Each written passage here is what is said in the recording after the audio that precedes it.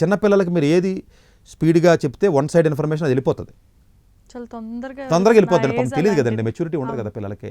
6వ తరగతి 7వ తరగతి కూడా మోటివేట్ చేసేస్తున్నారండి కొంతమంది. ఇది టూ మచ్ సార్, ఇది చేసేస్తున్నారు అంటే ఏంటి, ఆడు ఇంటికి వెళ్ళాలి అంత ఏమంటాడు తెలుసా, ఇది అయిపోతాను అని చెప్తాడు. ఇది దీన్నే మోటివేషన్ అనుకుంటున్నారు కాబట్టి దాన్నే ఎంకరేజ్మెంట్ అనుకుంటున్నారు, దాన్నే పాజిటివ్ అనుకుంటున్నారు పేరెంట్స్ తెలియక అమాయకంగా. దానివల్ల ఏం ఉపయోగం అండి మీకు? సక్సెస్ తక్కువ ఉన్న ఎగ్జామ్కి మోటివేట్ నేను చేయడం ఏంటి నాకు అర్థం కాదు. నేను చేయడం వల్ల మీకేం ఉపయోగం? ఇప్పుడు ఇంత తెలిసిన వాడిని ఇంత తెలివైన వాడిని మోటివేట్ చేయడం నాకు పెద్ద కష్టమే ఏంటి? 100 ఎగ్జాంపుల్స్ మాట్లాడి ఎవరినైనా కూడా నేను ఒప్పించగల కెపాసిటీ ఉన్నానండి. చదువు సంజలని రోడ్డు మీద చెత్తా చెదరం బిఏ బేకాలు చదువుకున్న వాళ్ళు కౌన్సిలర్లు అయ్యి, లేదా ఆ యూట్యూబ్లో చూసి తంబైల్స్ మార్చుకుని, లేదా అక్కడ ఇక్కడ చదివి పెట్టి వాళ్ళే మొత్తం హైదరాబాద్ నిండా ఉన్నారండి. అంత చేసిన వాళ్ళు నేను చేయలేను నాకు. బట్ కరెక్ట్ కాదండి, తప్పు, పాపం కదా.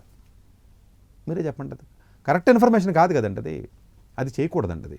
ఇది జనరల్గా చిన్నపిల్లల మీద విపరీతమైన ప్రభావం పడుతుంది. అది అనవసరంగా వాళ్ళు లేటర్గా ఇబ్బంది పడుతున్నారు. ఎప్పుడునంటే మీరు ఒక వ్యక్తిని మోటివేట్ ఇన్ఫర్మేషన్ సరిగ్గా కావాలంటే ఫెయిల్యూర్ స్టోరీస్ చెప్పాలి, సక్సెస్ఫుల్ స్టోరీస్ చెప్పకూడదు. అన్నీ సతీష్ అన్న వ్యక్తి గురించి చెప్పాలంటే ఫెయిల్యూర్ చెప్పాలి. కసితో ఒక మనిషి ముందుకు ఎదగాలంటే కసి ఉండాలండి, ఏం ఉండక్కర్లేదండి. మర్డర్ చేసేవాడికి ఏముంటుంది, క్రిమినల్కి ఏముంటుంది చెప్పండి? కసేనా? జస్ట్ లైక్ క్రిమినల్ లాగా ఉన్నవాడు సక్సెస్ అవుతాడు ఎడ్యుకేషన్లో. క్రిమినల్కి ఆడికి ఏమి ఉండదు, తన మన భేదం ఉండదు, చేయాలంటే చేస్తాడు అంతే.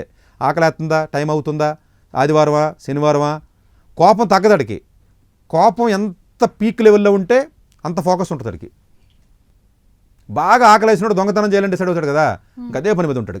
ఎగ్జాక్ట్ క్రిమినల్ మైండ్ సెట్ ఉన్నవాళ్ళు అండి సక్సెస్ అయిన వాళ్ళందరూ ఎడ్యుకేషన్లో. మాలాంటి వాళ్ళందరూ మీ వర్క్ మారిందంతే.